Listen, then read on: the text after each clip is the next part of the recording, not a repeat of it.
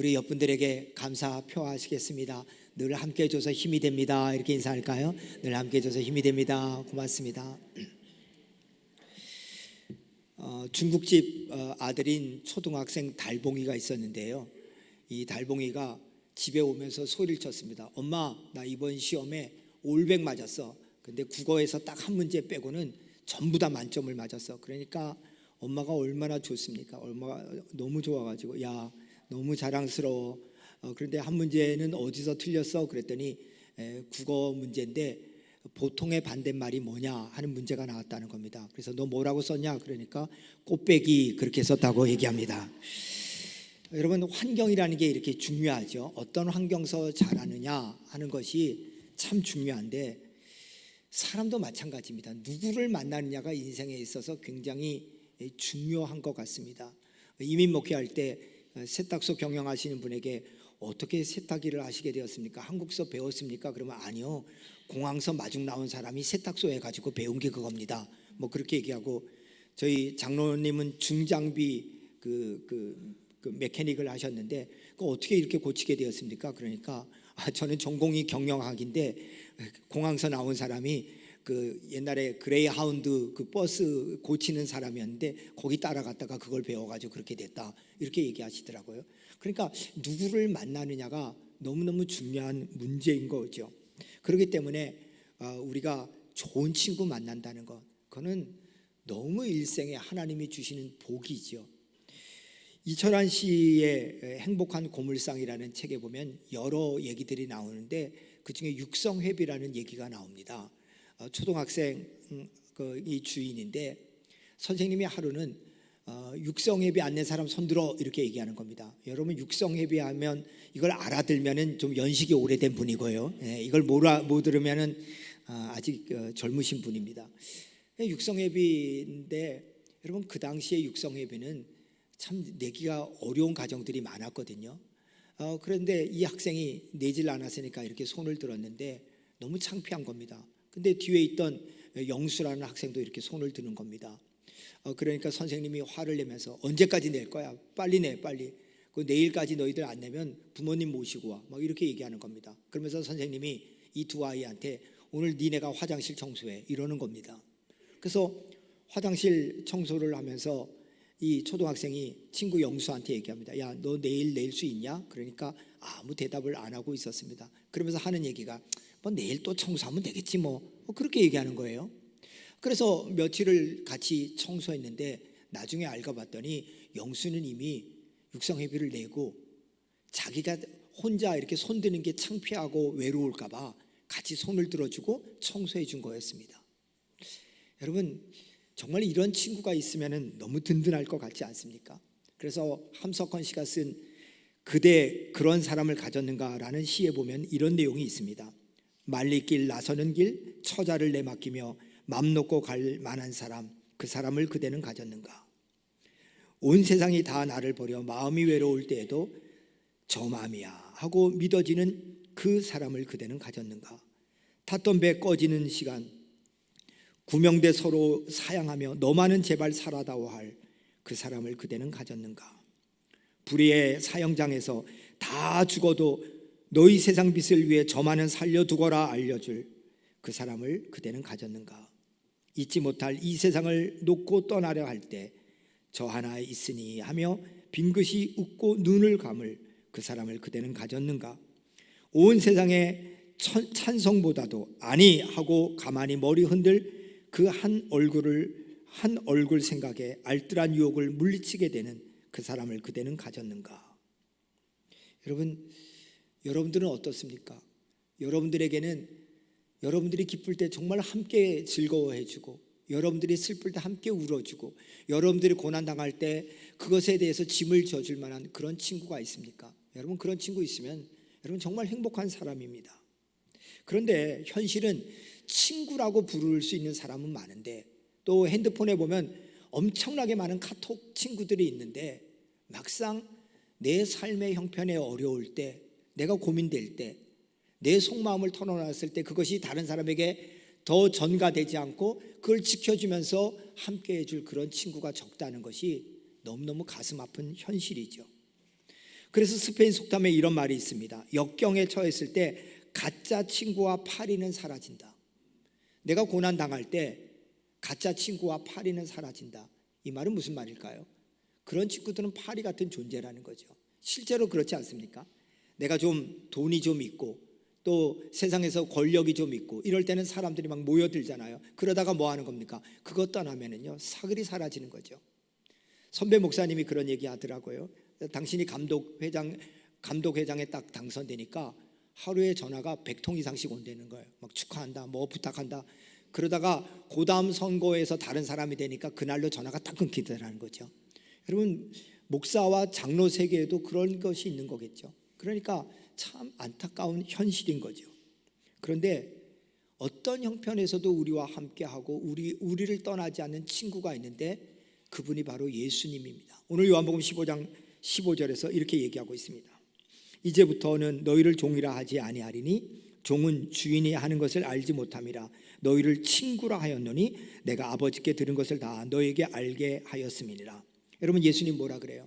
우리를 친구로 삼아주고 예수님이 가지고 있는 시크릿, 하나님으로부터 받은 비밀을 우리에게 다 가르쳐준다는 겁니다. 그 정도로 예수님은 우리의 좋은 친구가 되어준다는 겁니다. 그러면은 이 예수님이 어느 정도로 우리에게 좋은 친구가 되어준지 아십니까? 제일 먼저는 친구된 우리를 위해서 당신의 목숨을 희생해 주셨습니다. 여러분이 아는 도마 있잖아요. 그 성도마의 찬미가에 보면은 주 예수 사랑 깊은 펠리칸이여 더러운 나 당신 피로 씻어 주소서 하는 찬양이 있습니다. 여러분, 이 찬양에서 예수님을 펠리칸이라고 얘기한 것이 굉장히 의외롭지 않습니까? 여러분 아시잖아요. 펠리칸은 주둥이가 이렇게 긴 새인데요. 근데 이 새는요, 2세기와 또 중세시대의 최고로 유명한 동물 사전으로 알려진 피시올로구스에 보면은 이렇게 나와 있습니다. 펠리칸은요, 위기 상황 속에서 새끼를 살리기 위해서 자기의 가슴털을 이 주둥이로 이렇게 다 뜯어낸다는 겁니다. 그리고 피를 흘려가지고 새끼에게 살점과 피를 먹여서 새끼를 살리고 자기는 죽는 새, 그것이 바로 펠리칸이라는 거죠. 그래서 초대 기독교인들은 예수님을 펠리칸 같은 예수님, 또 중세시대에는 성만찬을 하면서 펠리칸 같은 예수님 이렇게 노래했습니다. 그래가지고 성 토마스도 주 예수 사랑 깊은 펠리칸이여 더러운 나 당신 피로 씻어주셨네, 바로 이렇게 노래했던 것입니다. 이 말처럼 바울도 로마서 5장 9절 10절에서 이렇게 얘기합니다. 우리가 그의 피로 말미암아 의롭다 하심을 받았으니 더욱 그로 말미암아 진노하심에서 구원을 받은 것이니 곧 우리가 원수 되었을 때에 그의 아들의 죽으심으로 말미암아 하나님과 화목하게 되었은즉 화목하게 된 자로서는 더욱 그의 살아나심으로 말미암아 구원을 받을 것이니라. 여러분, 예수님은 뭐 하는 겁니까? 우리를 위해서 피 흘려 주셨고, 그래서 하나님과 우리 사이에 원수된 것을 화목하게 되어서 우리를 하나님과 하나 되게 해주는 그 역할을 해준 분이 예수님이시다, 이렇게 얘기하고 있는 것입니다. 여러분, 그러니까 엄청난 특권을 예수님으로부터 받은 거죠. 작년에 슈퍼볼이요, 지금까지 역대상 가장 비싼 경기였다, 이렇게 얘기하고 있습니다. 입장권 하나가 평균 가격이 9,815달러, 우리나라로 얘기하면 1,400만 원 있어야 경기를 보는데 로얄석은 75,925달러, 무려 1억 1천만 원 상당이 된다는 겁니다. 여러분, 경기 하나를 보기 위해서 1억 1천만 원의 돈을 지불해야 된다는 것이죠. 여러분, 웬만한 사람은 못 들어갈 겁니다. 그런데 여러분과 제가 천국에 들어가기 위해서는 얼마의 돈을 내야 될 것 같습니까? 정말로 얼마를 내야 거기에 들어갈 수 있을 것 같습니까? 여러분, 낼 수 있을 것 같습니까? 아니요. 천하의 그 어떤 것으로도 천국에 들어갈 값을 지불할 수가 없습니다. 그런데 여러분과 저는 공짜입니다. 왜죠? 예수님이 대신 값을 지불해 주셨기 때문인 줄 믿습니다. 그걸 뭐라 그래요? 그의 피로, 그의 죽으심으로 우리는 하나님과 화목하게 되었다. 하나님의 나라에 들어갈 수 있는 티켓을 받게 되었다는 겁니다. 그러니까 예수님이 친구된 우리를 위한 사랑은 당신의 목숨을 대신 주기까지 한 사랑이었다는 거예요. 다음으로 예수님은 친구된 우리를 위해서 절대로 떠나지 않고 영원히 함께해 주셨습니다. 마태복음 28장 20장 28절에 보면 이렇게잖아요. 볼지어다 내가 세상 끝날까지 너희와 항상 함께 있으리라. 여러분 이 구절 들을 때마다 여러분 마음속에 무슨 생각이 듭니까? 저거 좀 이상한데 왜? 예수님은 이 땅에 계시지 않고 부활 승천해서 하나님 우편에 계셨는데 어떻게 세상 끝날까지 우리와 함께 한단 말인가? 근데 세상 끝날까지 우리와 함께 하시죠. 누구로요? 성령님의 모습으로 우리와 함께 하십니다. 그래서 요한복음 14장 16절 17절에 보니까 내가 아버지께 구하겠사니 그가 또 다른 보혜사. 여러분 여기서 보혜사라는 것은 무엇입니까? 바로 파라클레토스라는 말인데 보혜사라는 말은 뭐냐? 파라라는 말은 옆에라는 거거든요.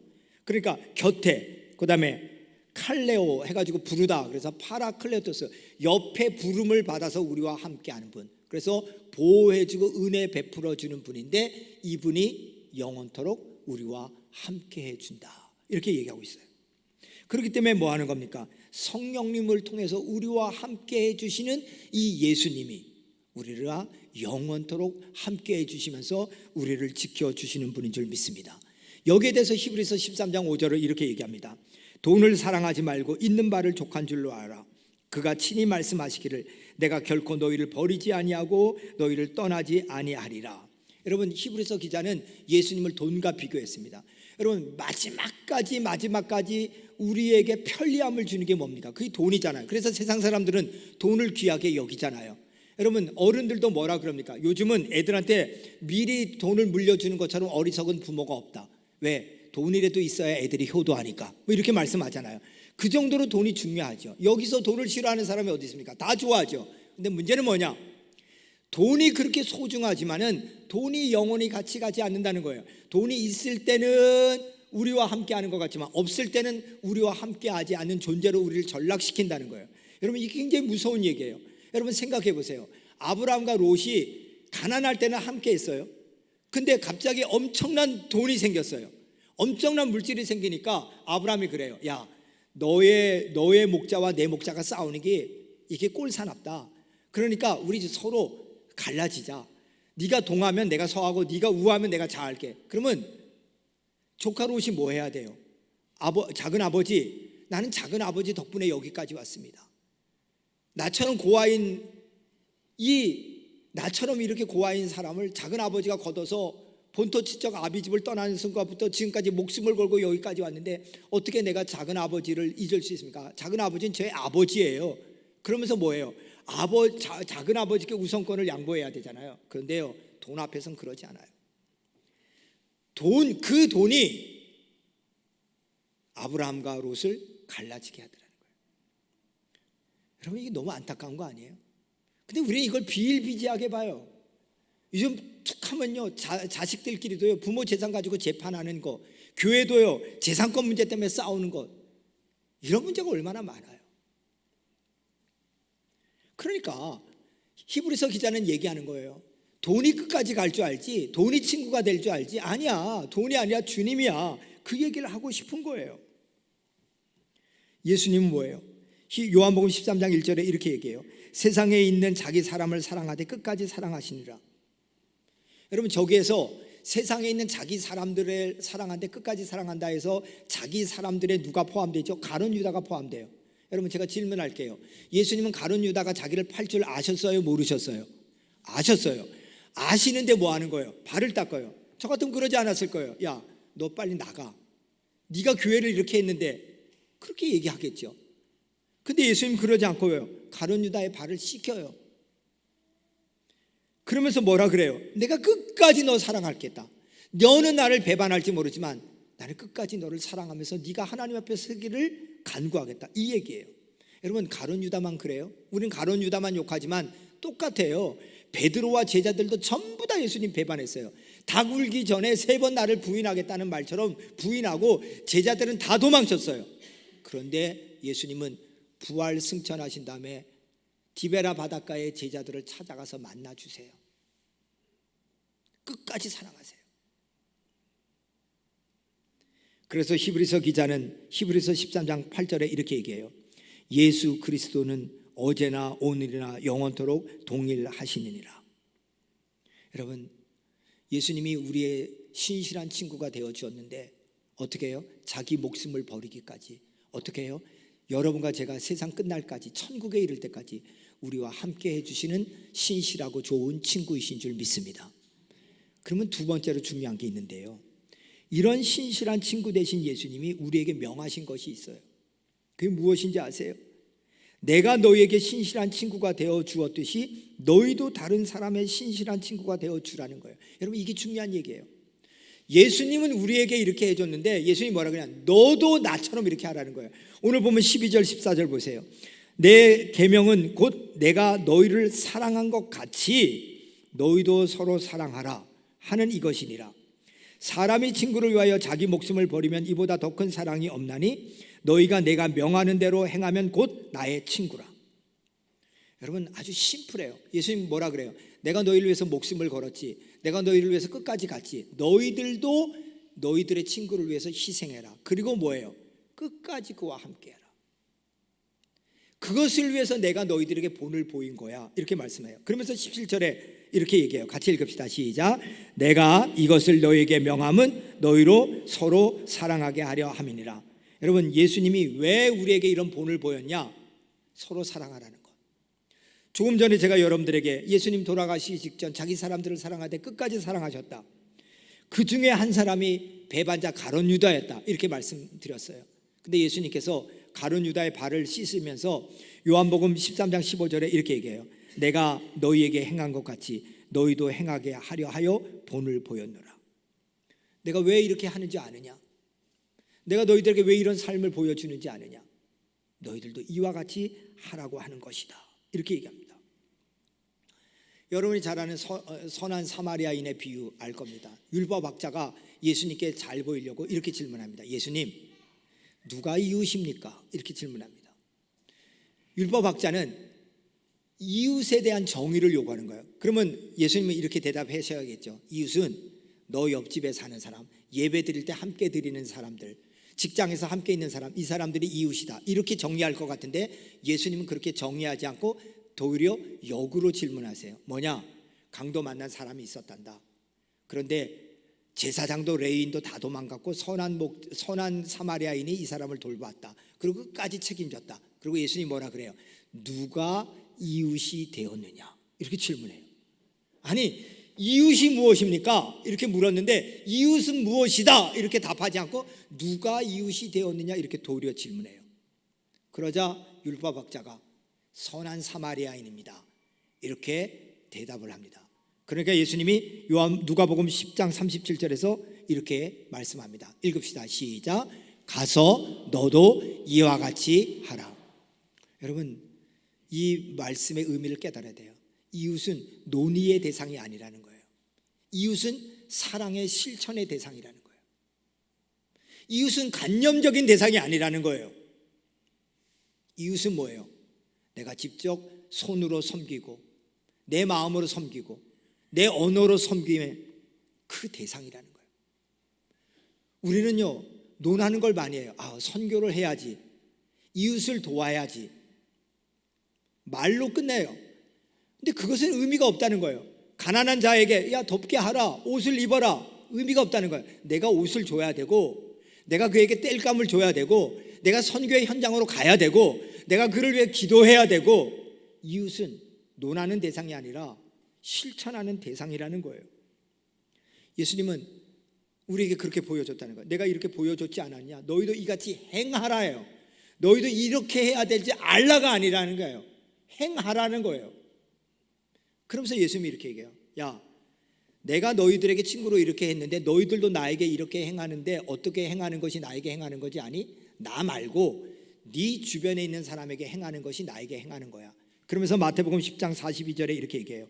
또 누구든지 제자의 이름으로 이 작은 자 중 하나에게 냉수 한 그릇이라도 주는 자는 내가 진실로 진실로 너에게 이르노니 그 사람이 결단코 상을 잃지 아니하리라. 여러분이 여러분 옆에 있는 사람에게 야, 물 한 컵 마셔 하고 준 것이 예수님께 한 거라는 거예요. 그래서 그 작은 자에게 한 그것을 내가 잊지 않고 상을 줄게 했다. 이게 예수님의 말씀입니다. 그러므로 저와 여러분들은 예수님이 우리에게 친구로서 헌신하고 친구로서 끝까지 함께하며 친구로서 당신의 모든 걸 주었듯이 여러분도 그렇게 좋은 친구가 되어 주시기를 주님의 이름으로 축원드립니다. 여러분이 읽었을 텐데 살며 사랑하며 배우라는 책입니다. 굉장히 오래된 교육학 책이죠. 이 책에 레오 버스카글라라는 교수가 책을 썼는데 그 내용 중에 이런 내용이 있습니다. 옆집에 굉장히 그 우울증에 빠진 할아버지가 있었습니다. 근데 이 할아버지가 점점 증상이 안 좋아지자 가족들도 의사들도 더 이상 이렇게 호전되지 않는 것 때문에 힘들어하는 시간을 보내고 있었는데 이웃에 살고 있던 초등학생 아이가 그 할아버지를 만난 다음부터 굉장한 진전이 호전되기 시작합니다. 그래서 엄마가 물었습니다. 야, 너 할아버지한테 가서 뭐라고 했니? 그랬더니 나 아무런 것도 안 했다 그럽니다. 뭘 했냐고 그러니까 그래서 할아버지 손을 잡고 할아버지가 아프다고 하니까 울었다는 거예요. 그래서 엄마가 너 왜 할아버지 손을 잡고 울 생각을 했니? 그러니까 할아버지가 지금까지 내 좋은 친구였거든 이렇게 얘기했어요. 근데 저 레오 교수가 이 책을 쓰게 된 이유는 뭐냐? 당신이 USC 대학이라고 미국 캘리포니아에 있는 좋은 사립대학이거든요. USC의 교육학 교수로 있었는데 자기 반의 제자 하나가 자살을 했어요. 그 자살을 하자 내가 교수로서 사는 게 무슨 의미일까? 그렇게 생각하고 교수직을 내려놓고 그리고 젊은이들에게 지혜와 삶의 용기를 주기 위한 일들을 펼치기 시작했어요. 그걸 러브 클래스라 그러는데 그래서 레오를 닥터 러브 이렇게 칭송받을 정도로 이 사람이 이렇게 다죠. 그 사람이 쓴 책 중에 러브라는 책이 있는데 앞에 스크린에 있는 것처럼 저 러브라는 책을 쓰면서 이렇게 얘기했어요. 인간은 not perfect, 완벽하지 않다. 인간은 그냥 인간일 뿐이다. 그러면서 뭐라 했냐? 온전하신 분은 완벽하신 분은 하나님뿐이다. 그렇기 때문에 인간은 완벽하지 않고 인간은 연약한 존재이기 때문에 반드시 필요한 게 뭐냐? 그건 서로 공유하고 공존하고 베풀고 의지하는 삶이 있어야 된다. 여러분 이 얘기를 들으면서 무슨 생각이 듭니까? 아니 뭐 당연한 얘기를 해. 너무 당연한 얘기죠. 진부한 얘기죠. 그런데요 우리가 이 당연하고 진부한 얘기에 대해서 너무너무 소중하게 생각지 않아요. 그걸 어떻게 알 수 있어요? 우리는 알 수 있거든요. 왜? 나만 잘 살면 돼. 내 나라만 잘 되면 돼. 요새 패권 국가들이 다 그렇잖아요. 이렇게 되니까 집착의 문제, 소유권의 문제, 자리 싸움의 문제, 편가름의 문제 이게 그대로 드러나는 거죠. 그 상태 속에서는 뭐예요? 항상 이익을 중심으로 친구니 안 친구니 동맹이라는 관계도 그렇잖아요. 나에게 이익이 안 되면 동맹이 아니라니까요. 동맹이 뭐예요? 영원히 함께 가는 거잖아요. 근데 그게 아니에요. 저는 이 글을 보면서 다윗과 요나단이 생각났어요. 여러분 요나단이라는 이름은 여호와께서 주셨다라는 이름의 뜻인데요. 그 이름에 합당하게 정말로 요나단은 다윗의 좋은 친구가 되었어요. 사무엘상 18장 1절을 보세요. 다윗이 사울에게 말하기를 마침에 요나단의 마음이 다윗의 마음과 연락되어 요나단이 그를 자기 생명같이 사랑하느니라. 여러분 도대체 다윗이 사울 왕에게 무슨 얘기를 했길래 요나단이 다윗을 자기 생명처럼 사랑하게 되었을까요? 학자들에 의하면 요나단이 다윗보다 10살 정도 많다고 그래요. 근데 다윗이 사울 왕 앞에서 이렇게 얘기하는데 요나단이 이렇게 팔짱 끼고 옆에서 이렇게 듣고 있었죠. 왕자니까. 자기 아버지 사울에게 다윗이 뭐라고 얘기하냐면 지금 골리앗 문제 때문에 심각하고 있잖아요. 이렇게 얘기하는 거예요. 왕이요, 전쟁은 창과 칼에 있는 것이 아니라 만군의 여호와의 손에 달려 있습니다. 이 얘기를 하는 거예요. 그 요나단이 이렇게 듣고 있다 깜짝 놀랐어요. 왜? 사무엘상 14장에 보면 요나단이 똑같이 얘기해요. 전쟁은 칼과 창에 있는 것이 아니라 하나님의 손에 달려 있다는 얘기를 그대로 해요. 그러니까 자기가 한 얘기를 지금 다윗이 똑같이 하고 있는 거예요. 그러니까 뭐 하는 거예요? 다윗의 신본주의와 자기의 신본주의, 하나님 근본주의의 사상이 딱 같으니까 그때부터 요나단이 다윗을 사랑해요. 자기 생명처럼. 근데 어느 정도 사랑하냐면 목숨을 걸어요. 그리고 자기의 가장 소중한 걸 줘요. 여러분, 요나단에게 가장 소중한 게 뭘까요? 그 왕권이에요. 아버지가 왕인 다음에 자기가 왕이 돼요. 근데 그걸 내밀어요. 자, 보세요. 사무엘상 23장 16절 17절 보세요. 사울의 아들 요나단이 일어나 숯불에 들어가서 다윗에게 이르러 그에게 하나님을 힘있게 의지하게 하였는데, 곧 요나단이 그에게 이르기를 두려워하지 말라. 내 아버지 사울의 손이 내게 미치지 못할 것이요 너는 이스라엘 왕이 되고 나는 내 다음에 될 것을 내 아버지 사울도 안다 하니라. 여러분 생각해 보세요. 내가 지금 왕이 돼야 되는데 다윗 때문에 지금 왕이 못 되고 있어요. 그리고 다윗은 지금 아버지 때문에 쫓김을 당해요. 어디에 숨어 있어요? 숯불에 숨어 있어요. 요나단이 알아요. 그럼 뭐 하면 돼요? 빨리 군대를 동원해 가지고 숯불에 숨어 있는 다윗을 죽이면 돼요. 근데 요나단이 그러지 않아요. 오히려 다윗의 손을 잡고 하나님께서 너에게 힘이 될 거야. 힘을 줘요. 그리고 뭐라 그래요? 네가 왕이 되고 그 다음에 내가 왕이 될 거야. 어떻게 이럴 수 있어요? 정말로 기회예요. 그러니까 이 요나단이 죽은 다음에 사무엘하 1장 26절에서 다윗은 이렇게 슬피 울며 말합니다. 내 형 요나단이여, 내가 그대를 애통함은 그대는 내게 심히 아름다움이라. 그대가 나를 사랑함이 기이하여 여인의 사랑보다 더하였도다. 여인의 사랑보다 나를 사랑하는 이 더했다. 우리 젊은 분들은 또 이 구절을 가지고 동성연애자다 뭐 이 말도 안 되는 소리 하는데,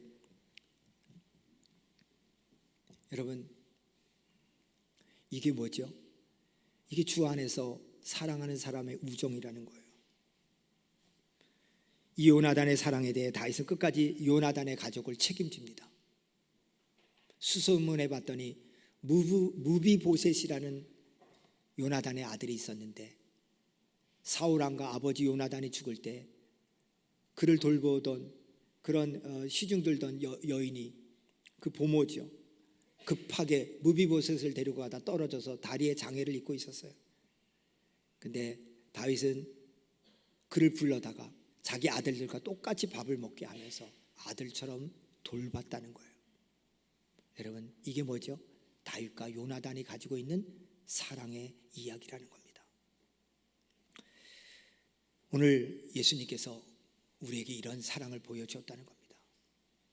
주님께서 우리들에게 자기의 목숨을 다해서 그리고 끝까지, 그런 예수님이 여러분과 저에게 요구하는 겁니다. 내가 너희들에게 그렇게 친구가 되었듯이 너희도 너희 주변에게 그런 친구가 되어주렴. 그런 세상 속에서 너희들이 살았으면 좋겠다. 이 말씀이 여러분 가슴에 와 닿기를 주님의 이름으로 축원드립니다. 말씀을 마치겠습니다. 여러분에게는 예수님 같은, 다윗과 요나단 같은 친구가 있습니까? 여러분 그런 친구 있으면 여러분 참 행복한 사람입니다. 여러분 그분들 소중히 여기고 끝까지 사랑하며 가시길 바랍니다. 근데요, 한 가지 더 질문하고 싶습니다. 여러분들에게 그런 친구가 있는 것은 감사한데 반대로 여러분은 예수님과 요나단 같은 그런 친구가 되어주고 있습니까? 여러분은 어떠세요? 여러분 친구는요, 그가 나에게 그렇게 해줄 때 내가 해주는 게 아니라 여러분이 그렇게 해줄 때 그렇게 오는 거예요. 그게 성경의 법칙이에요. 하나님은 여러분과 제가 천국까지 가는 길에 홀로 가게 하지 아니하고 많은 친구를 보내줬습니다. 그걸 우리는 다른 말로 지체라 그러고, 다른 말로는 하나님의 가족인 교회다 이렇게 얘기하는 겁니다. 바울은 교회의 신비를 에베소서 4장 16절에서 이렇게 얘기합니다. 온몸은 머리이신 그리스도께 속해 있으며 몸에 갖추어져 있는 각 마디를 통하여 연결되고 결합됩니다. 각 지체가 그 맡은 분량대로 활동함을 따라 몸이 자라나며 사랑 안에서 몸이 건설됩니다. 여러분 지금 바울이 뭐라 그럽니까? 예수님이 교회의 머리고 이 몸이 교회로서 예수님의 몸인데, 이 몸을 이루기 위해서 각 지체가 있어야 된다는 겁니다. 근데 지체는 어떻게 해야 된다고요? 연결돼야 된다는 거예요. 근데 그 연결은 뭘로 된다고요? 사랑이라는 풀로 연결된다는 거예요. 그러지 않으면 잘할 수 없다는 거예요. 그렇다면은 오늘 우리가 늘 인사하잖아요. 옆에 계셔줘서 감사합니다. 옆에 계셔서 힘이 됩니다. 근데 이게 정말로 입 바른 소리인가요? 아니에요. 이건 진리예요. 정말로 옆에 계셔 주시기 때문에 우리가 살아나는 거거든요. 저는 교회를 생각할 때마다 반야나무를 생각합니다. 그림에 보는 것처럼 반야나무는요, 뿌리가 되게 얕다고 그래요. 그래서 비바람이 치면은 금방 넘어진다 그럽니다. 그래서 비바람을 견디기 위해서 가지에서 또 뿌리를 내린다는 거예요. 그래서 그 밑에 있는 뿌리들이 얽히설키 연결되는 거죠. 그러니까 뿌리가 하나가 아니라 가지에서 또 뿌리를 내리고, 근데 이것이 옆 나무들과 또 연결되어서 오른쪽에 보는 것처럼 큰 숲을 이루기 시작한다는 겁니다. 사랑하는 여러분, 교회는 그래야 살만 나는 것 아닙니까? 여러분들이 와가지고 예배만 딱 드리고 끝나기 무섭게 휙 가버리고 한다면은 여러분들 혼자서 하나님 앞에 쓸 수 있지만은 혼자 있는 것을 하나님 보시기에 좋지 않더라예요. 그건 하나님이 원하는 신앙이 아니에요. 그래서 예수님께서 십자가에 달려 돌아가셔서 교회를 샀어요. 교회를 샀다는 건 뭐예요? 우리 모두를 공동체로 샀다는 거예요. 이 공동체는 뭐예요? 같이 살자는 거예요. 옆에 있는 사람에게 친구가 되어주자는 거예요. 그냥 친구가 아니라, 관념적 친구가 아니라 서로를 위해서 희생하고 서로를 위해서 살리고 끝까지 함께하는 친구라는 거죠. 입춘도 지났고 우수도 지났고 경칩도 지났고 이제 춘분이 되었습니다. 완연한 봄이 왔어요. 신비해요. 그렇게 추웠던 계절이 사라지고 따뜻한 봄이 왔어요. 여러분 때문에 그렇게 추운 겨울에 있는 옆에 있는 지체들이, 그렇게 힘들어하는 사람들이 여러분 때문에 따뜻했으면 좋겠습니다. 봄을 맞이했으면 좋겠습니다. 그래서 하나님, 정말 부족하지만 저의 작은 하나님께서 주신 그 사랑을 가지고, 예수님께서 주신 그 사랑을 가지고 한 사람 한 사람을 살리는 생명의 봄의 역할을 하겠습니다. 이런 좋은 친구들이 되어 주시기를 주님의 이름으로 축원드립니다.